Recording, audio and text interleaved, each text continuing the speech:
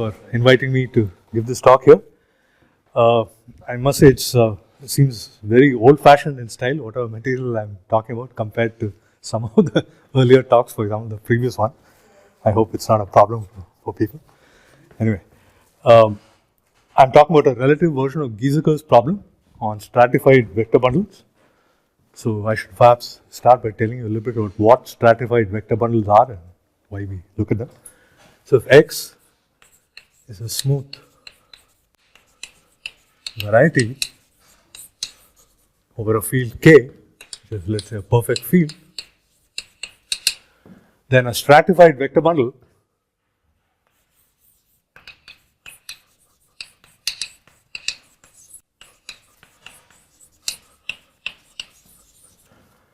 means a locally free sheaf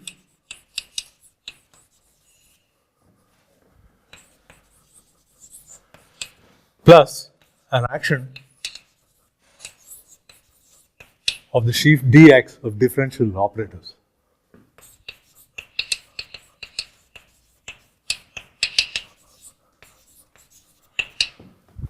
So if, for example, K is equal to C and X is proper, then one knows that stratified, let's just say stratified vector bundles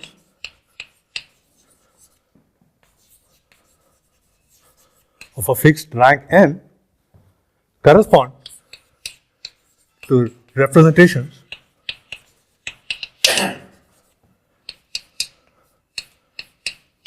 of the fundamental group of the underlying topological space into GLN of the complex numbers. So if, for example, one wants to have some understanding of this, and in terms of algebra, this would be the way you would try to approach that in algebra, studying these things. In characteristic 0, that's the background. Because since it's a purely algebraic story, I can look at it in other contexts, for example, in positive characteristic. So if characteristic of K is positive, then there's a result of Katz. He showed that stratified vector bundles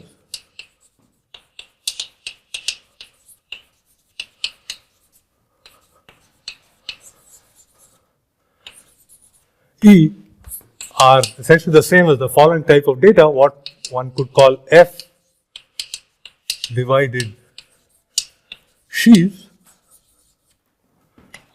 which means data of this kind, I have E n sigma n,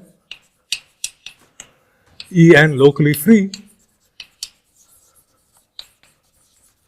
and this sigma n is an isomorphism between F upper star of E n plus 1 and E n, where F is the Frobenius map.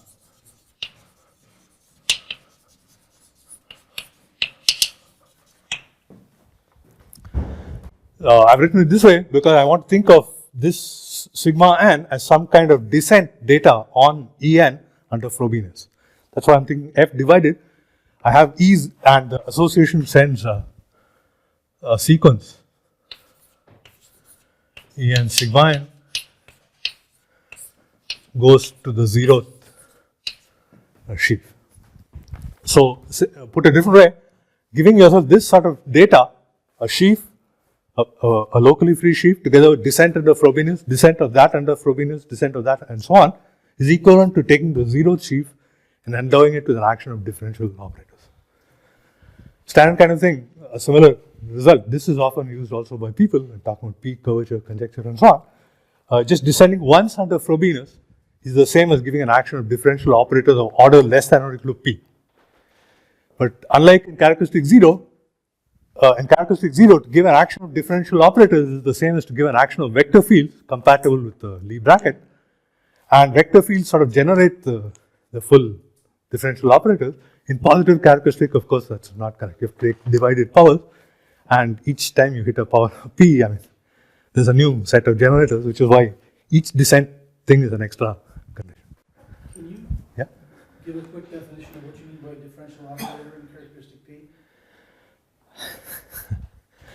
It's whatever structure is equivalent to this. Let me put it like that. That's a quick definition.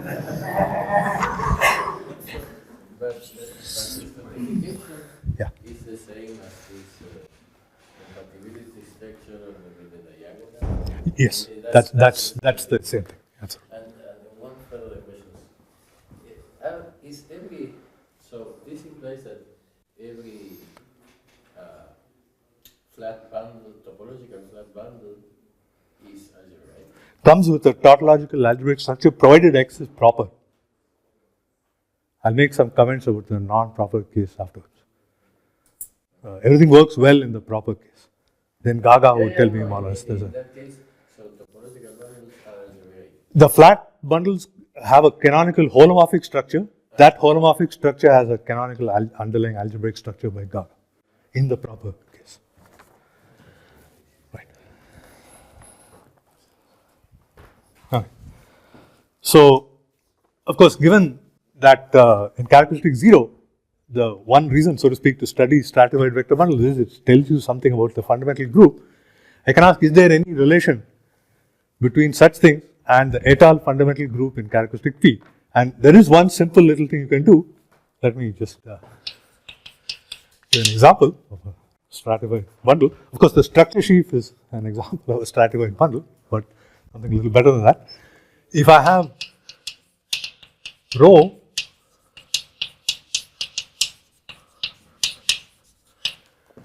a representation of the étale fundamental group into GL and K, a continuous representation,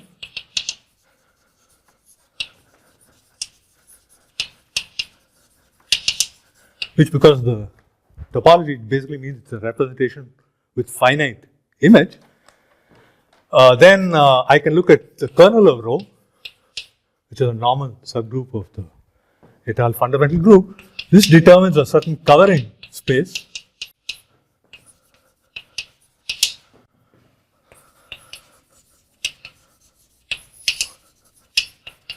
which is sort of Galois, and then this representation allows me to define an action of, it allows me to find descent data on the trivial vector bundle of rank n on Y, gets descent data via the representation rho. So I'm able to write this as phi upper star E for some vector bundle E on X. And if I take any vector bundle E on X and pull it back, of course it comes equipped with a canonical action of the Galois group of Y over X, and this is supposed to be a Galois isomorphism where the Galois group operates this way through the representation. Okay? That gives me the descent data. This is a standard, even in characteristic 0, I could do the same thing. I could take a, go past to the universal covering. That's the way you get a flat vector bundle. You just take the trivial bundle and use the representation to give an action of the fundamental group and take the quotient. This works fine in algebraic geometry provided the covering is finite. So such vector bundles I can find. You might ask yourself, well, I gave you a different description. What is the relation between these two? In this example, how do I see that? It's easy to see in the following fashion. Because this representation has finite image, I can as well think of it as a representation inside GLN of f p to the m contained in GLN of k. Any representation is conjugate to something like this, and then it's easy to see that if you take the m-fold iterated Frobenius pullback of this E, it will be isomorphic to E. Because the representation there took values inside f p to the m. Right? This is pretty easy to convince yourself. Okay. So of course, if f to the m upper star E is isomorphic to E, obviously I've got in a tautological fashion descent under an arbitrary power of Frobenius. Okay.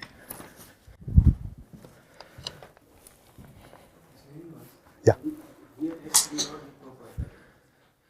No, this is essentially a local assertion. Not really. No, it's not required.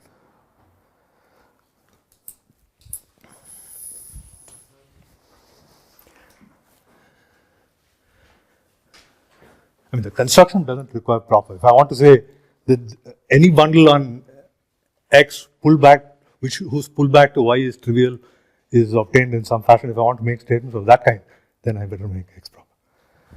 But just to construct it, it's just some abstract. Okay.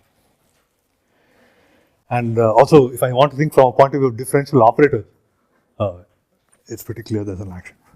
The differential operators on Y act on the trivial bundle on Y of rank n, and that action commutes with the action of this linear representation, and so in a natural fashion there's an action of differential operator on X on the original E. So this is one simple way of constructing stratified bundles, but there are more of them. But these special ones and these ones are a special class of bundles which are sort of important in the theory, and one calls them finite stratified.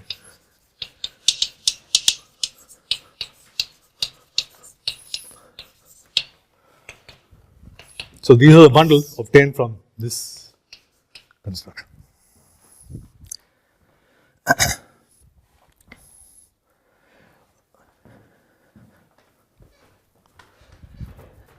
So for example, if n is equal to 1, these would correspond to line bundles which are torsion. And general stratified sheaves of rank 1 have something to do with line bundles. Not with that, I mean, they're line bundles with some extra structure, but the space of them is somehow a group, and it's related to the Picard variety of X, if X is proper. And these guys would correspond somehow to the torsion points in the Picard group. So this picture you don't have for higher rank bundles, but you want to try and get things like that in the general case to proceed further. That's behind the story. Okay, so right. Therefore, I get a trivial consequence if all stratified bundles on X are trivial, then the étale fundamental group of X must be 0. This is an obvious corollary, because whenever the étale fundamental group is non-zero, I wrote down non-trivial stratified bundles. It's natural to ask, what about the other way? Is it reasonable to ask the converse? And this was asked by Gieseker in 1975.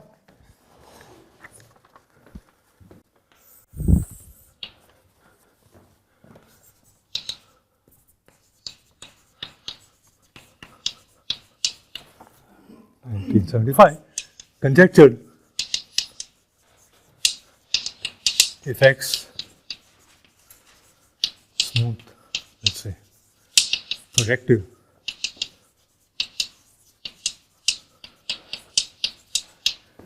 or algebraically closed field K of characteristic P with pi 1 étale X equals 0, then all stratified vector bundles on X are trivial. This problem remained open for a long time until it was finally solved by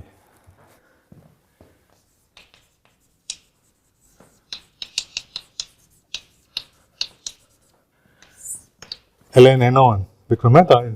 They published a paper in 2010 which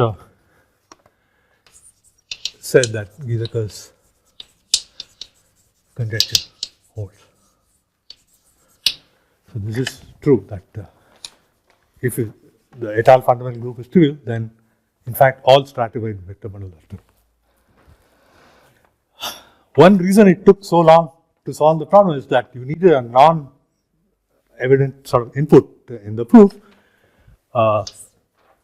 Input included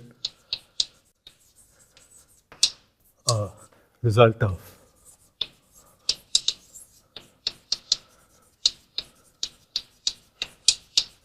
Hrushevsky from model theory in logic.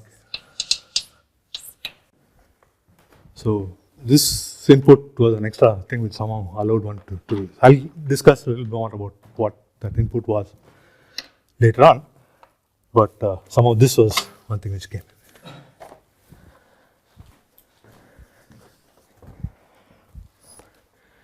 So sometime after this, I started working with Hélène Esnault, and what I'm going to talk about the rest of the talk, the results are joint work with her. So we first proved one result in 2014, which is the following. Let X be a smooth variety over Fp bar obtained as X bar minus its singular locus with X bar normal projective. So take a normal projective variety, its singular locus has codimension 2, remove it, take the complement. Assume this open variety X is simply connected in the étale sense. Then on stratified vector bundles on X on the open variety are trivial. So this is suggesting that perhaps to some extent maybe you can go beyond projective varieties, but maybe with some conditions. You can't go very far because if you assume, if you study simply connected varieties and positive characteristic, such a variety X cannot have a non-constant regular function. Because if you have a non-constant regular function on a variety X in characteristic P, that means it's a morphism from X to the affine line. That induces a map on fundamental groups. The image automatically will have finite index for general reasons, but the fundamental group of the affine line in characteristic P is very complicated. So if X is simply connected, this construction must not be possible. Therefore, X has no global regular functions. That's then not so unreasonable to, if you want to construct X's which have no global regular functions and try to study them, this is an obvious way to try. This seems an artificial hypothesis. This is because somehow in order to use Ruzhkovsky, we have to use Fp bar, and in the earlier work of Mehta, it was possible to do some kind of reduction to Fp bar. Here, right now, even the fundamental group, we don't know how to specialize in characteristic P for non-proper varieties. So this is probably, maybe this hypothesis can be removed with the right techniques, but some other, once X is simply connected, you're not so far from this situation anyway.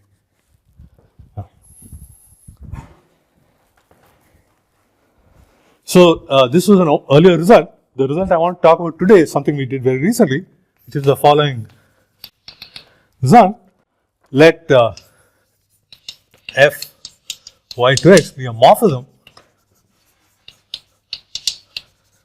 of smooth projective varieties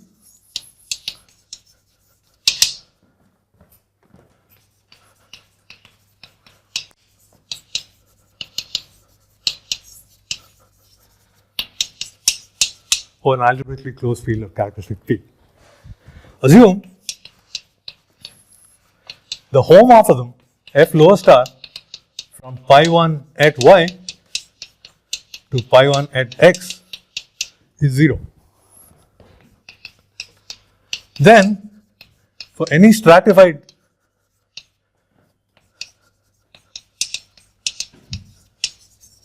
E on x, pi upper star, f upper star E is trivial on y as a stratified bundle.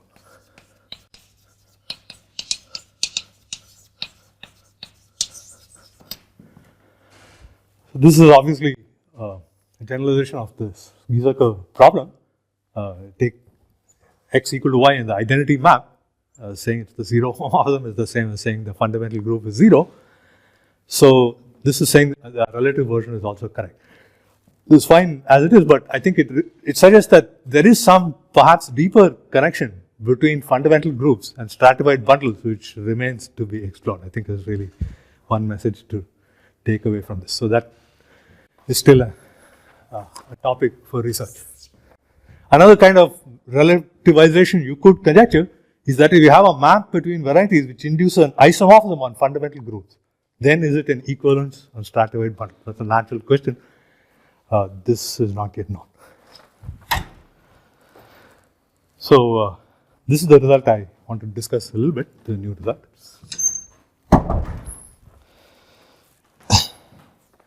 But before I do that, let me make some other general comments about stratified bundles, since I think, in fact, at the end, I think what I may do is I may give some detail to the proof of this. I'm not sure I'll really be able to say much about the proof except to hand wave for a couple of minutes. Instead, let me tell you a few other things in the realm of stratified bundle which may be interesting to some people. So, for example, in characteristic 0, so this is a kind of aside before we get to the more technical stuff, Khrushchevsky and the like. So, in characteristic 0, if X smooth, let's say proper, and instead of assuming X is simply connected, I assume its étale fundamental group is 0.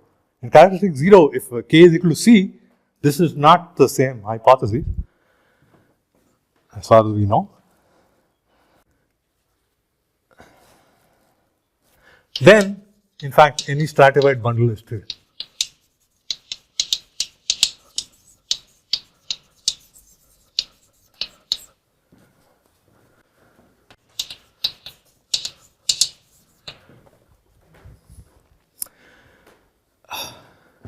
It would be nice if one had a purely algebraic argument for this. We do not have one, but there is an argument using topology. So, proof reduced to K equal to C, and then use the following lemma.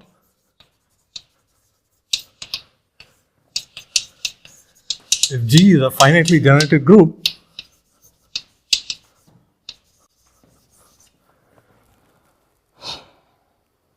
such that any finite quotient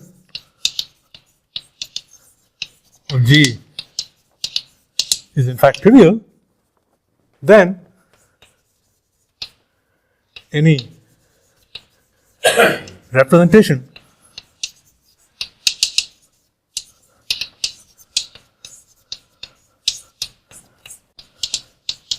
into GL and C is also trivial. And of course, you apply this, you pass to the case K equal to C, you say if you have a stratified vector bundle, it comes from a representation of the topological fundamental group, which is known to be a finitely generated group, and then I apply this lemma to that group. The relation between the topological fundamental group and the étale fundamental group is that the étale group is the pro-finite completion of the topological group. So saying pi 1 étale is 0 means the topological fundamental group satisfies the hypothesis of this lemma. Of course, therefore, this argument is not an algebraic proof. It uses this underlying finitely generated group constructed using topology.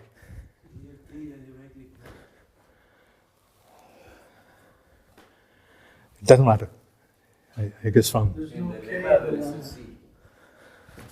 I just said in characteristic 0, there's an implicit field K is right. But I reduced to the case K equal to C.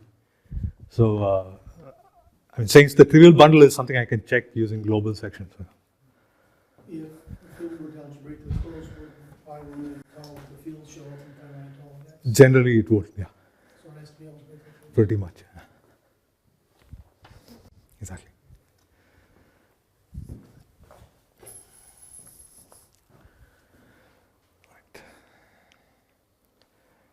Okay, so why is this lemma correct? This lemma is a very easy lemma, but I wanted to write down a proof for one thing.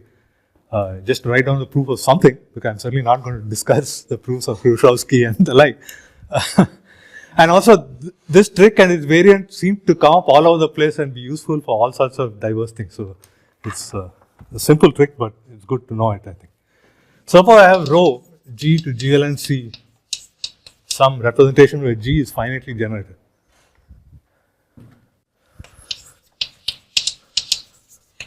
So, choose a set of generators of G and take those generators and their inverses. That's a finite set of elements of G closed under taking inverse, which generate G. And the images are finitely many matrices. All those matrices have some finite set of entries. So, it's possible to factor this homomorphism into GLN A contained in GLN C, where A contained in C is a finitely generated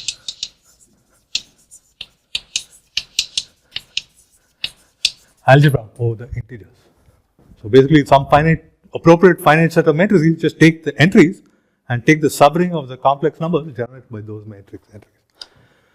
So, if there is a non-trivial representation G to GLN, there would be a non-trivial representation G to GLN A for A such a ring. Now, what I can do is I can choose a maximal ideal N M inside this A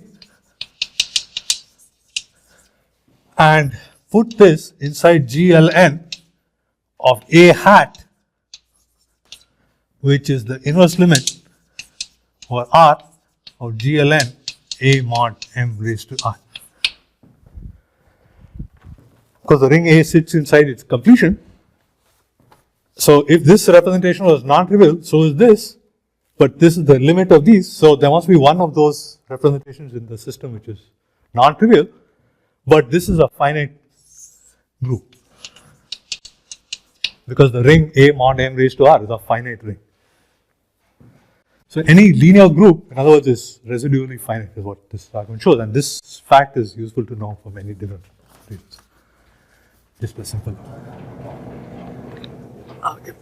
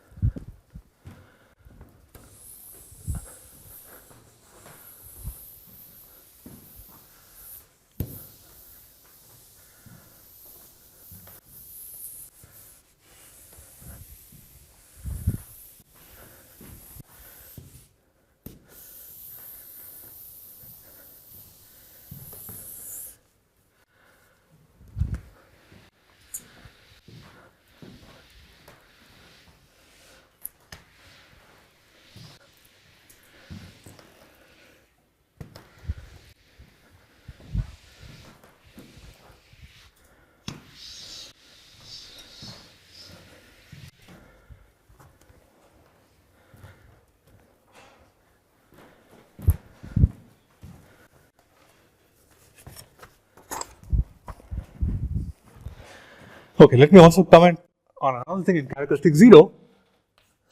So, let us assume, for example, k is the complex number and x non-singular.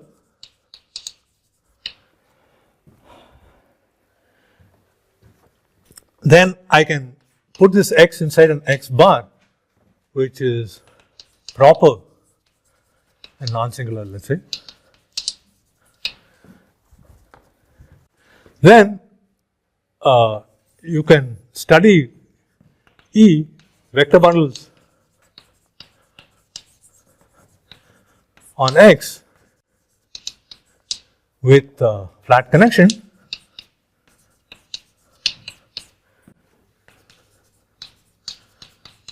In other words, vector bundle on X with an action of differential operators which have regular singularities.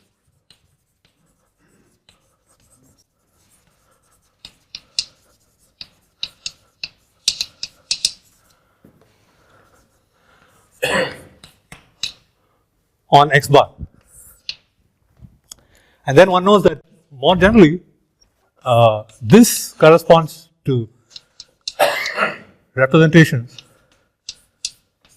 of the topological fundamental group of X.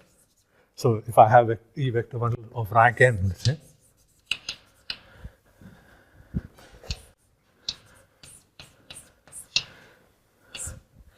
This corresponds to representations of the topological fundamental group into GL and C. So, in other words, if I have such a representation, I have a local system, so I have a holomorphic vector bundle. There is a canonical algebraic structure on the underlying vector bundle in such a way that the corresponding connection has regular singular points at infinity.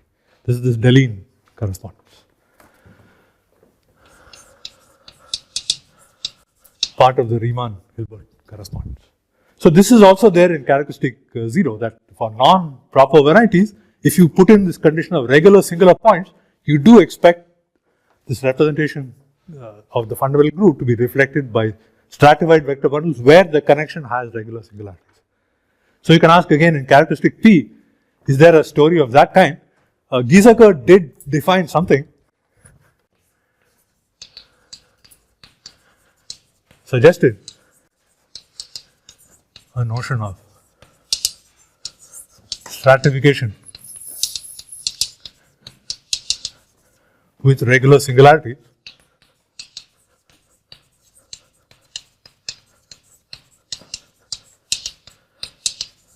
And let's say, and hoped, I don't know, one should say conjecture, there was virtually no evidence, hoped for a connection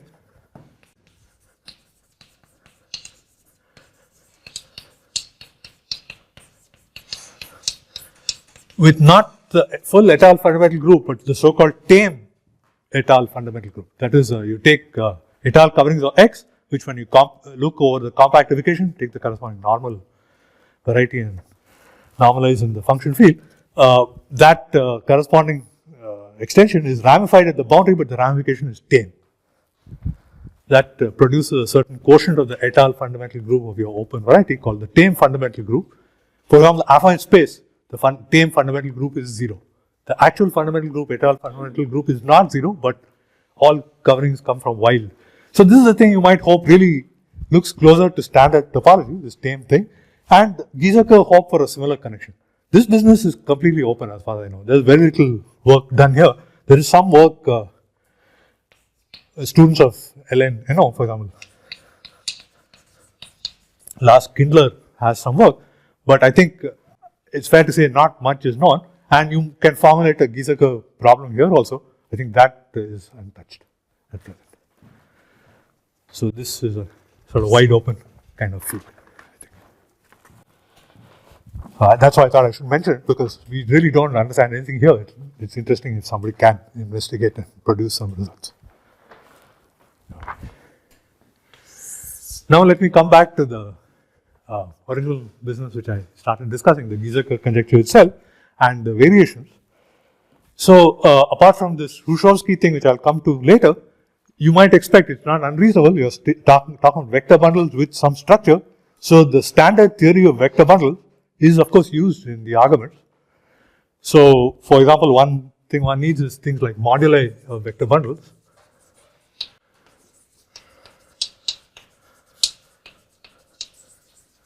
One needs various facts of the theory. Let me try to recall one or two things there. So if X is a projective variety, let's say non-singular for simplicity, and OX of 1, an ample line bundle, ample invertible sheaf, and given this data, then for F any torsion-free sheaf,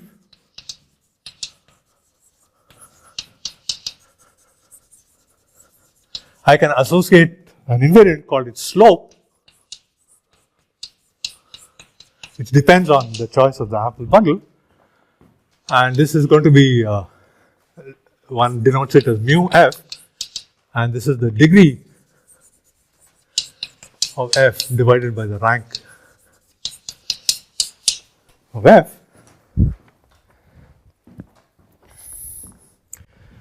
So what is this? The point being that since I've specified an ample line bundle OX of 1, I've got associated to it the notion of a complete intersection curve, and I can talk about a general complete intersection curve. I can take my torsion-free sheaf and restrict it to that curve. Then, because it's general, that sheaf would be a vector bundle on the curve, and vector bundles on a curve have a degree. The determinant of the vector bundle is a line bundle which has a degree, and using that degree you can normalize it somehow to using the degrees of the hypersurfaces to define your curve. There's a way of writing down a degree. There's another way of using computing this degree using Hilbert polynomials also. Directly you can write it. Okay, so there's this basic invariant called slope. F is called mu stable if for any G contained in F, let me say of smaller rank,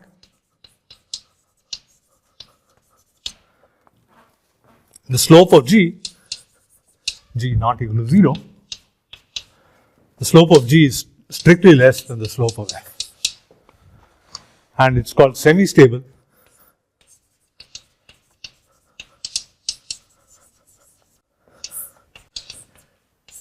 if the same thing holds with less than or equal to.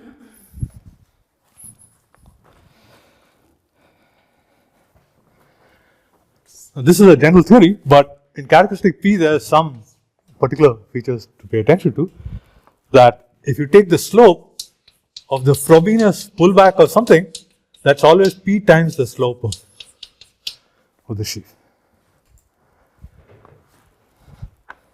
Because basically it boils down to the fact that if you take a line bundle and pull it back under Frobenius, it's the pth power of the line bundle. So slope is defined ultimately in terms of degree, which comes from some line bundle somewhere, and that line bundle I can pull back under Frobenius and so on. So this property is satisfied. So what that tells me, it will tell me things like this. If I have a stratified bundle,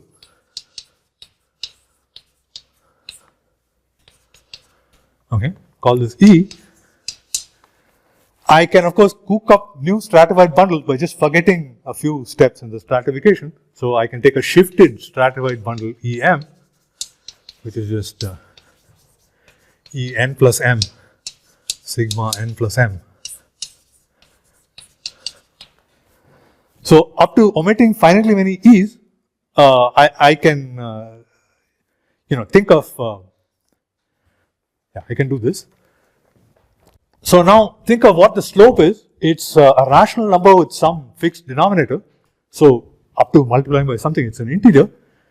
But if I take something like E n plus m and ask what is its slope, after pulling it back, I must get the slope of all the slopes must divide the slope of E0, so to speak, and that's essentially some fixed integer. It's not divisible by arbitrary powers of p. The only possibility for the slope eventually is less than or equal to 0. In fact, the slope has to be 0.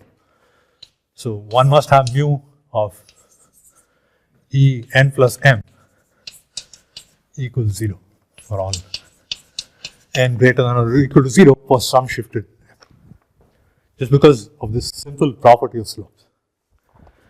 Another property one has is that if you have any vector locally, any torsion-free sheaf f of this kind, there is associated a certain integer called a certain invariant called mu max f, which is a rational number again, is max of mu g such that g contain f and rank g, let's say, less than rank f. The maximum possible slope of something. In other words, f may or may not be stable or semi-stable, so slopes of subsheaves may be bigger, but it turns out there is an upper bound for the possible slope. This is not completely obvious. It follows from the theory of the harder Narasimhan filtration.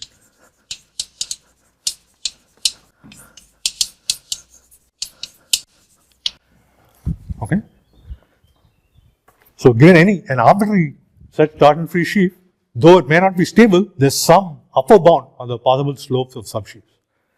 Again, I can use this divisibility property and say if I took a stratified bundle and took the E0, it has some mu max, whatever it is. Even though the mu of E0 is 0, its mu max might be positive, but it doesn't matter. If I go far deep into the stratification and took a subsheaf and pulled it back, the degree of that subsheaf has to be less than or equal to 0.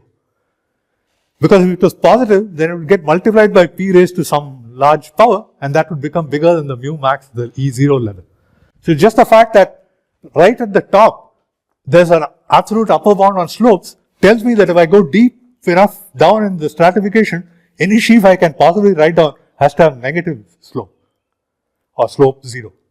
Because if the slope below was positive somewhere, then after, and you're deep enough down, then upstairs it's p to the n times a positive, that positive number.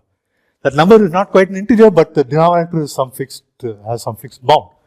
So that would then be forced to exceed the mu max of the topmost sheaf. So automatically stable vector bundles come, or semi-stable bundles come in whenever you deal with stratification. Just throw out finitely many terms of the stratification. For proving the kinds of conjectures one wants, where you want to show all stratified bundles are trivial, if after some shift the stratified bundle is trivial, then of course the original one is obviously trivial. The pullback of the trivial bundle of Frobenius is certainly trivial. So you're free in order to study these problems to just replace E by some very large shift, and then automatically the underlying sheaves are all semi-stable. That follows just by very elementary consideration with Harder-Narasimhan. Doing Harder-Narasimhan a little more sophisticated way, in fact you can prove more. You can prove that any E has a, after replacing an arbitrary stratification by some shift, there is a Jordan-Holder filtration.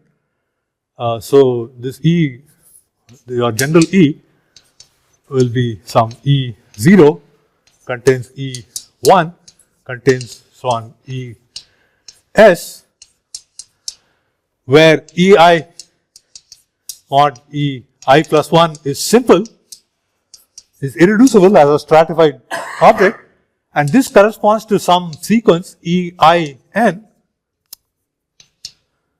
sigma IN, n greater than or equal to 0, where each of these is in fact a mu stable vector bundle.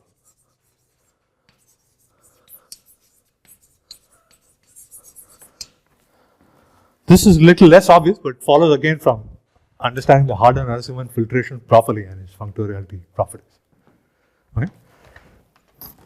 So what that says is that given an arbitrary stratified bundle E, after replacing it by a shift, I can filter it such that the successive quotients are simple as stratified bundles, and the underlying sheaves in the sequences are all stable vector bundles. And then they're all stable vector bundles, of course, of slope 0. In fact, all the Chern classes will be numerically trivial if you think about it. So therefore, you are able to somehow write down, suppose for example, E is an irreducible stratified bundle, and I assume it's given by a sequence En sigma n, where each En is mu stable, slope 0. Let's study these objects, and then a general object up to shift has a finite filtration where the graded pieces are of this type. That's the picture you get without. I mean, we haven't yet brought in the hypothesis fundamental group, and we're using the general stuff about stratified bundles. Yeah. If you take an E and you take the shift of it and know that the shift is trivial, that doesn't imply the original thing is trivial. It does.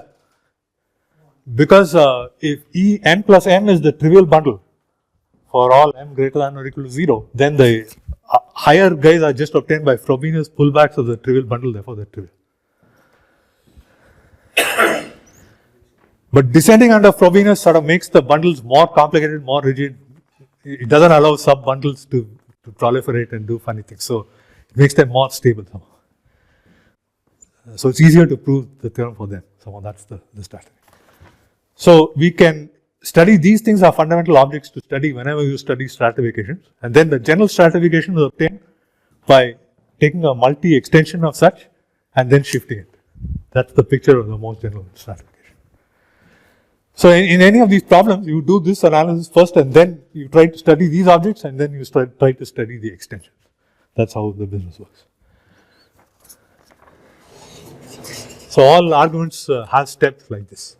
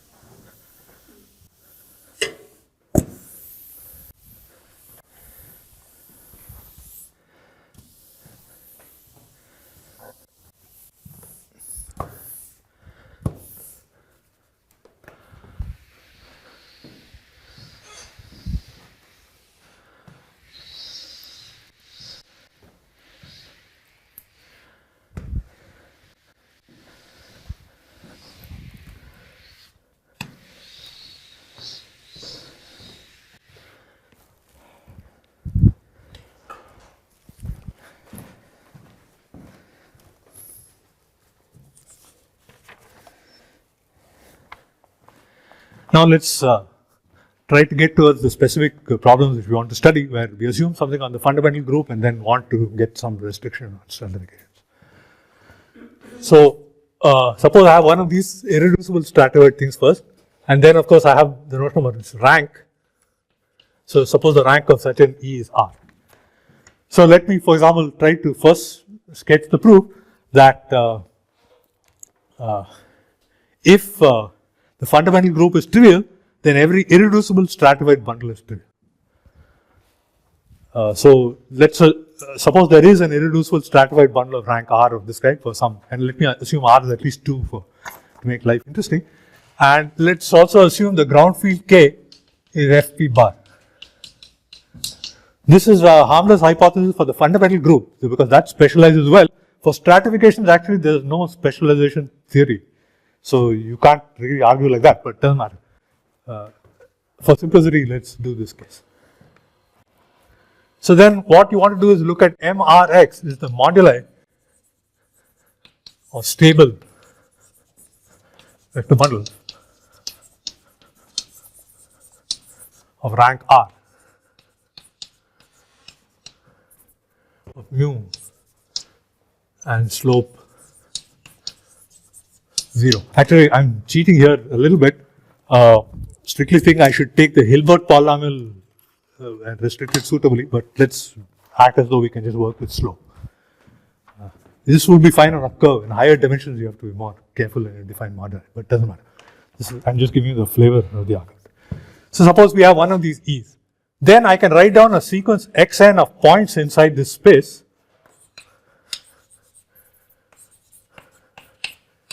which is the class of the nth sheaf in my stratification.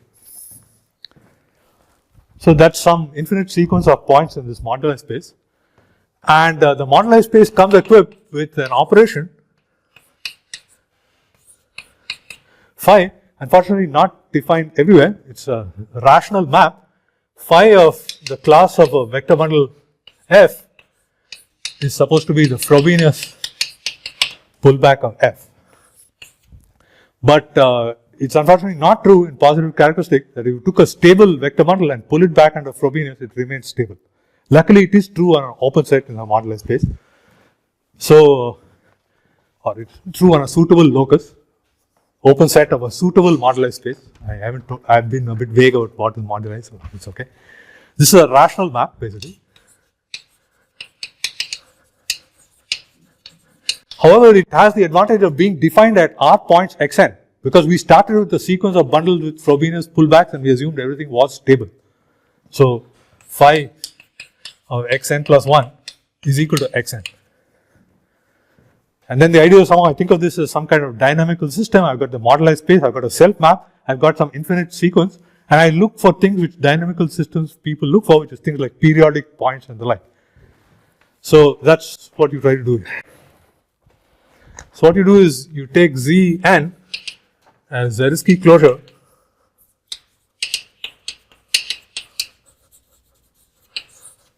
of the sequence xn, xn plus 1, xn plus 2. Okay. This was just a set. Zn has the advantage of being a variety, and Zn of course contains Zn plus 1, and this rational map phi is defined on a dense open set of Zn and maps it of Zn plus 1 and maps it into Zn by construction. So then what you do is this is a decreasing sequence of Zariski closed sets inside some moduli space, which is some nice Noetherian object. So it stabilizes. Therefore, there exists Z such that Z equals Zn equals Zn plus 1, so on, after a stage. Noetherian property.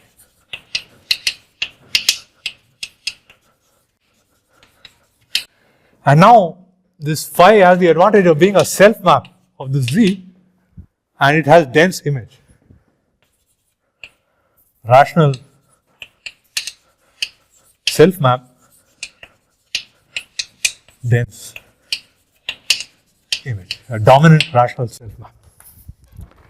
Now, what Hruszczowski's theorem says, this is the input from logic. Let's see where I should be able to see this here.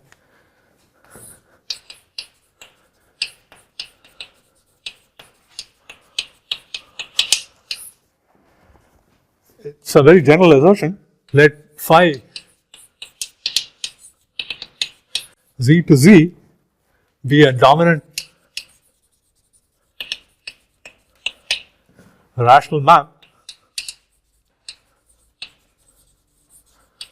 of FP bar schemes, let's say defined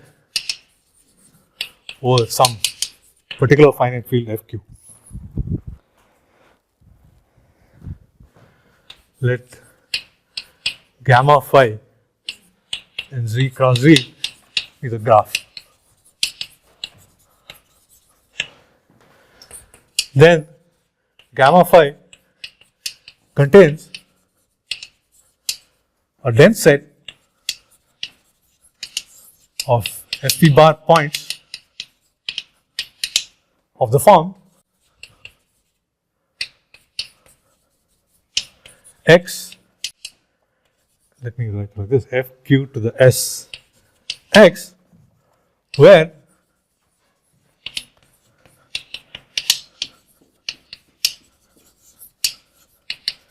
first of all, the first coordinate x is at a point where the phi, which is only a rational map, is actually defined, and this other FQ is the Frobenius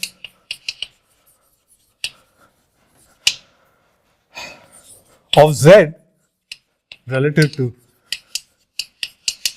FQ. Since Z is defined over some finite field FQ, it has an associated geometric Frobenius, which I'll write this way, FQ, which depends on the particular finite field which is defined over. What's S? There exists S. S greater than or equal, well, integer. I suppose S equals 0 would be fine too, but then it would be the diagonal. But, so it says that infinitely many points on the graph are arbitrary such rational self map which is dominant of this special form.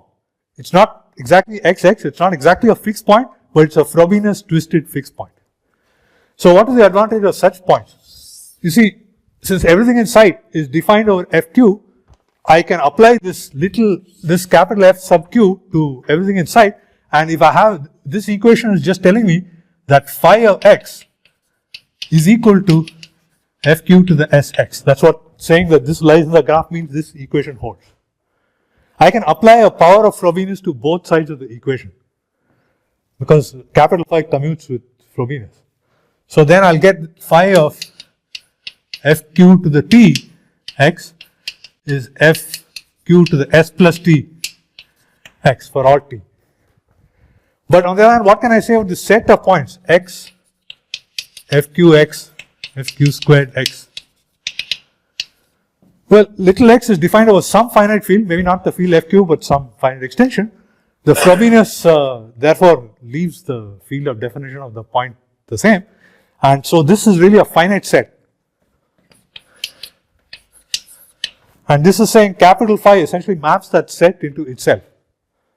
Therefore, there would be a lot of fixed points. So, corollary, there exists dense set in gamma phi consisting of, well, there exists a dense set in Z consisting of points x with phi raised to n, x equals x for some n. These are sort of 5 periodic points. So it says the 5 periodic points are dense. And see, that's the conclusion from Hruszczowski's theorem. In our particular example, little x was a point in some moduli space, so it corresponded to some vector bundle, and capital Phi was the Frobenius pullback. So this says that if I took such a point x, which Hruszczowski gives me, I must be able to write x as class of some vector bundle E, such that Frobenius iterated n times upper star of E is isomorphic to E. Now remember, this was a feature of finite vector bundles. If you had a finite vector bundle which took values in G, the monatomy took values in GLN or something, it had this sort of periodicity. There's a nice theorem of Langer and Stuhler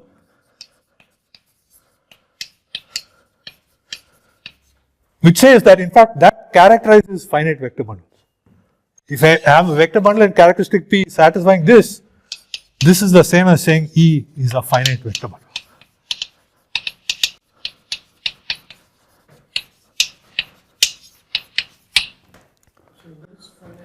Finite meant it corresponded to a representation of the étale fundamental group, which of course with finite image was associated. So that's a contradiction if R is bigger than 1 in our situation. We assumed that there was some stratified bundle of some rank. We took a modularized space, we did everything, we applied logic essentially, constructed this thing, and then in the end you'll get some point X which is not coming from our stratification to start with, but is in this scheme Z, given by the theorem. And this X must correspond to a finite vector bundle, which gives me a point in the moduli, so it's irreducible and so on. Therefore, the fundamental group is non-trivial.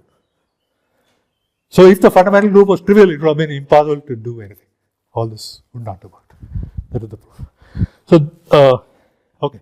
And then extensions. Once I know every irreducible object is in fact trivial of rank 1, a general thing is a multiple extension of O by O. It's enough to take an extension of one O by itself, and you find in the general case that if you take stratified E, if you have any OX to E to OX to 0, look at such stratified extensions. If I just took vector bundle extensions, they would be given by H1 of the structure sheaf. This thing is given by H1 étale X Z mod PZ tensor K sitting inside H1 XOX. Remember, H1 XOX comes equipped with the Frobenius. So the Frobenius is a P-linear map. It breaks up into the semi-simple part and the nilpotent part. The semi-simple part has the form étale cohomology tensor K. That's the general structure here. So of course, in the simply connected case, this is 0. So there are no non-trivial stratified extensions of O by O, though there may be a priori extensions of O by O as sheath. There are no stratified extensions. So that's how Mehta and Esnault would conclude the proof. Now, what about in the new situations? Let me just very briefly say, the proof that there are no irreducible stratifications is not very difficult. If I assume there is an irreducible stratification on X, which pulls back to the other variety Y in a non-trivial fashion, in a fashion which remains irreducible, somehow I can then produce a finite bundle with the same property, but the homomorphism on fundamental groups is 0, therefore that's a contradiction. So it's easy to adapt this to the irreducible case. What a new argument is required is you can't do this anymore.